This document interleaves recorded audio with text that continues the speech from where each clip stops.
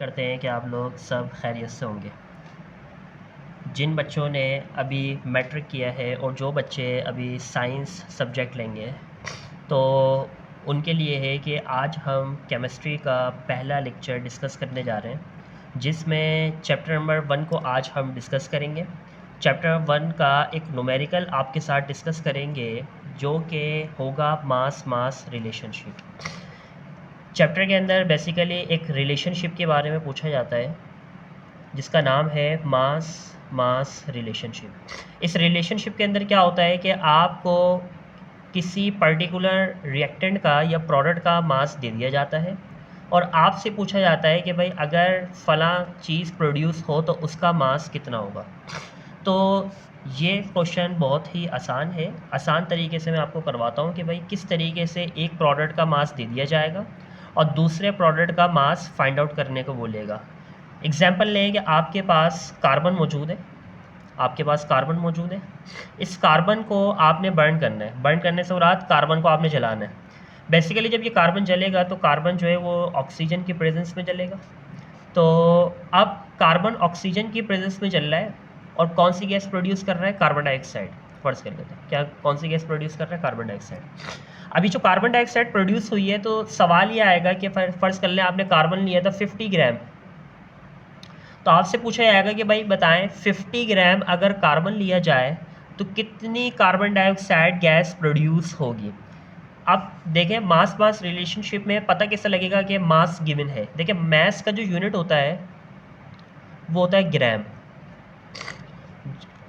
अगर हम फिजिक्स की बात करेंगे तो फिजिक्स में मास का जो यूनिट होता है वो किलोग्राम होता है, ठीक है ना। बेसिकली जो यूनिट मेजर किए जाते हैं, मतलब आपने वैल्यू को मेजर किस में किया है? केमिस्ट्री में, क्योंकि हम रिएक्शंस की बात कर रहे होते हैं, हम केमिकल्स की बात कर रहे होते हैं, तो केमिकल्स को बेसिकली जो है वो कम अमाउंट में लिया जाता है। तो बेसिकली जो यूनिट इस्तेमाल किया जाता है वो ग्राम यूज़ किया जाता है। तो मास का जो यूनिट इस्तेमाल किया जाएगा, जो यूज़ किया जाएगा, वो क्या होगा? ग्राम। तो आपसे पूछा गया है कि अगर 50 ग्राम कार्बन लिया जाए तो कितनी कार्बन डाइऑक्साइड प्रोड्यूस होगी, उसका मास फाइंड आउट करो। तो उसका मास फाइंड आउट करने के लिए अब मैं आपको कुछ ट्रिक्स बता रहा हूँ, आप उसको फॉलो करेगा। देखिए सवाल लिखा हुआ है, calculate mass of carbon dioxide that can be obtained by complete thermal decomposition of 50 gram limestone calcium carbonate.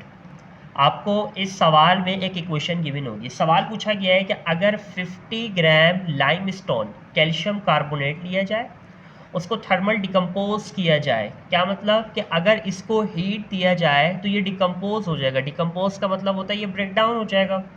अभी कैल्शियम कार्बोनेट 50 ग्राम लिया गया है, ये ब्रेक डाउन हो रहा है दो चीज़ों में जब इसको हीट दे रहे हैं हम लोग। पहली चीज़ कैल्शियम ऑक्साइड में, और दूसरी क्या चीज़ है हमारे पास? Carbon dioxide.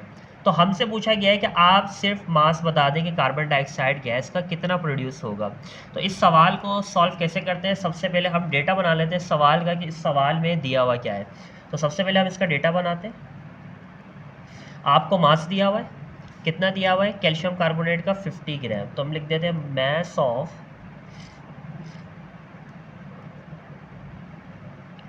कैल्शियम कार्बोनेट 50 ग्राम, ये आपको मास दिया हुआ है। अब आपने निकालना किसका मास है? कार्बन डाइऑक्साइड का। तो डेटा के बाद आप एक हेडिंग डाल देगा रिक्वायर्ड की, जिसमें आप लिख देगा जिस चीज़ का मास फाइंड आउट करना हो। तो हमने मास फाइंड आउट करना है कार्बन डाइऑक्साइड का, तो हमने ये क्वेश्चन मार्क डाल दिया। अब आपने सॉल्यूशन लिखना है। सॉल्यूशन में सबसे पहले आपने करना ये है कि आपकी नई बुक के अंदर जिस तरीके से सॉल्व करवाया हुआ है उसी मेथड के अकॉर्डिंग हम ये सवाल सॉल्व करते हैं। तो आपने ये किस तरीके से सॉल्व करना है? सबसे पहले जिसका मास गिवन है, किसका मास गिवन है आपके पास? कैल्शियम कार्बोनेट का मास गिवन है। कितना गिवन है? 50 ग्राम गिवन है। तो सबसे पहले आपने इसके number of moles find out कर लेने। फिर से सुन लें, जिसका मास गिवन होगा उसके हम क्या फाइंड आउट कर लेंगे? Number of moles. तो मैं सबसे पहले number of moles find out कर लेता हूँ कैल्शियम कार्बोनेट के। तो सवाल देखते हैं, सवाल में नंबर ऑफ मोल्स निकाल लेते हैं। तो number of moles find out कर रहे हैं। नंबर ऑफ मोल्स का फार्मूला पता होगा तमाम स्टूडेंट्स को। गिवन मैस, जो मैस सवाल में गिवन होगा उसको डिवाइड कर दें आप लोग जिसका मालूम कर रहे हैं नंबर ऑफ मोल उसके मोलर मास से। तो अब यहाँ देखें आपके पास नंबर ऑफ मोल्स कैसे निकलेंगे। गिवन मैस सवाल में गिवन था 50 ग्राम। अब आपने कैल्शियम कार्बोनेट का मोलर मास फाइंड आउट कर लेना, रफली कर लेना ये सही है। तो कैल्शियम का जो एटॉमिक मास होता है वो होता है 40, कार्बन का होता है 12, ऑक्सीजन का होता है 16। लेकिन एक चीज़ याद रखें, यहाँ पे ऑक्सीजन के जो नंबर ऑफ एटम्स शो हो रहे हैं वो 3 है। तो ऑक्सीजन के आप 16 को 3 से मल्टीप्लाई कर लेगा तो आंसर आ जाएगा 40। अब इन तमाम को आप एडअप कर लें, तो एडअप कर लेंगे तो आंसर इसका जो आएगा वो आएगा 100। अब आप इसको डिवाइड करें, यानी मोलर मास आपने निकाल लिया है रफली जो आपने सॉल्व किया था, या आप इसको चाहें तो डेटा में भी कैलकुलेट कर सकते हैं। और गिवन मैस जो गिवन था सवाल में बाकायदा यूज़ हुआ हो 50 से डिवाइड करें तो नंबर ऑफ मोल्स आपके फाइंड आउट हो चुके हैं। आप इसको कैलकुलेट करेगा तो आंसर इसका आ जाएगा 0.5 मोल। तो ये नंबर ऑफ मोल्स हमारे फाइंड आउट हो चुके हैं जिसका मैस गिवन था। फिर वही बात, जिसका मैस गिवन होगा उसके आपने क्या कैलकुलेट कर लेना है, नंबर ऑफ मोल्स।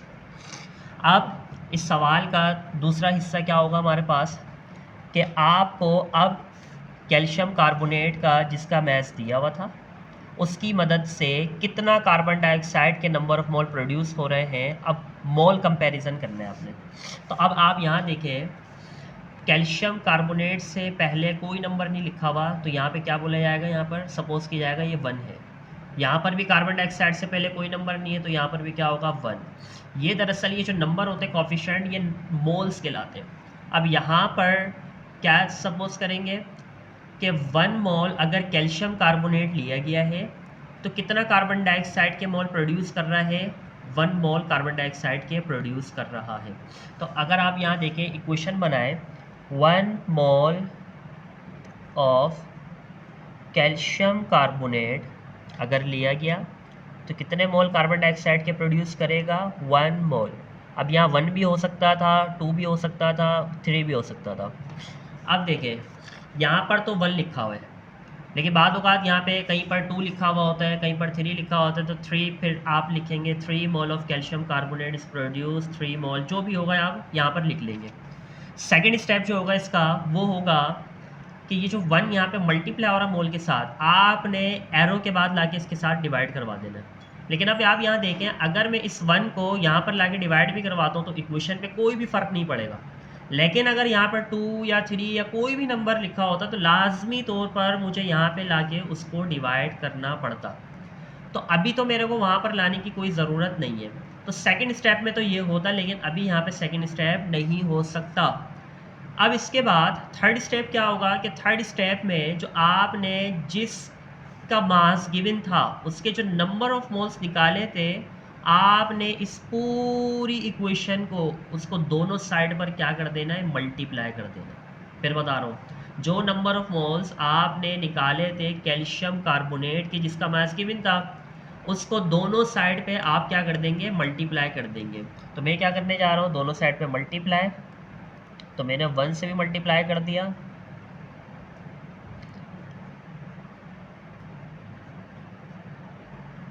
और मैंने यहाँ 1 था तो 1 से ही मल्टीप्लाई कर दिया। 1 से मल्टीप्लाई करूँगा तो आंसर यहाँ पर 0.5 mole of calcium carbonate, 0.5 mole of carbon dioxide. इसका मतलब क्या है कि अगर 0.5 मोल कैल्शियम कार्बोनेट लिया जाएगा तो 0.5 मोल कार्बन डाइऑक्साइड ही प्रोड्यूस होगा। तो यहाँ पर कार्बन डाइऑक्साइड के नंबर ऑफ मोल हमें पता लग गया है कि 0.5 आया। अब क्या करेंगे, अब जिस कार्बन डाइऑक्साइड का हमने मैस निकालना था वो ईजिली फाइंड आउट हो सकता है इसी फार्मूले से, यानी जो फार्मूला अभी हमने यूज़ किया है इसके मास निकालने के लिए भी यूज़ किया जा सकता है। तो हम लिखेंगे मास निकाल रहे हैं तो हम लिख देंगे मास ऑफ कार्बन डाइऑक्साइड। तो नंबर ऑफ मोल का फार्मूला लगा देंगे, वही जो होता है number of moles mass of, अब गिवन नहीं है तो मैं मैस ऑफ कार्बन डाइऑक्साइड लिख रहा हूँ जिसका निकालना है, और नीचे आ जाएगा वही मोलर मास। यहाँ पे मॉलिक्यूलर मास भी लिखता है कोई एटॉमिक मास अगर एटम होता तो, लेकिन नहीं है। नंबर ऑफ मोल्स कितने निकले हैं 0.5। Mass of carbon dioxide find out कर रहे हैं तो बिल्कुल एज इट इज कॉपी हो जाएगा। और मोलर मास अब हम कार्बन डाइऑक्साइड का कैलकुलेट कर लेते हैं रफ में। तो कार्बन का एटॉमिक मास 12 होता है, ऑक्सीजन का 16, लेकिन फिर यहाँ 2 टाइम्स है तो आप 2 से मल्टीप्लाई कर लें तो 32 प्लस कर लेंगे तो 44 आ जाएगा। तो यहाँ पे 44 आ गया। 44 यहाँ पे डिवाइड हो रहा है, इक्वल से पहले लेकर आके इसको क्या करवा देंगे आप लोग मल्टीप्लाई। तो मैं नीचे ही करवा रहा हूँ, जगह ख़त्म हो गई। 0.5 multiply 44 mass of carbon dioxide. अब आप इसको मल्टीप्लाई करें तो जैसे ही आप 0.5 को मल्टीप्लाई करेंगे 44 से तो आंसर जो मेरे कैलकुलेटर में आ रहा है वो 22 आ रहा है। बिल्कुल, जो mass of carbon dioxide find हो रहा है वो कितना हो रहा है 22। तो मैं यहाँ साइड में ही मेंशन कर देता हूँ, जो मैस ऑफ कार्बन डाइऑक्साइड निकला है वो कितना निकला है 22 ग्राम। तो ये इस न्यूमेरिकल का आंसर था। उम्मीद है आपको ये न्यूमेरिकल समझ में आया होगा। फिर मिलते हैं, आज के लिए इतना ही, अल्लाह हाफिज़।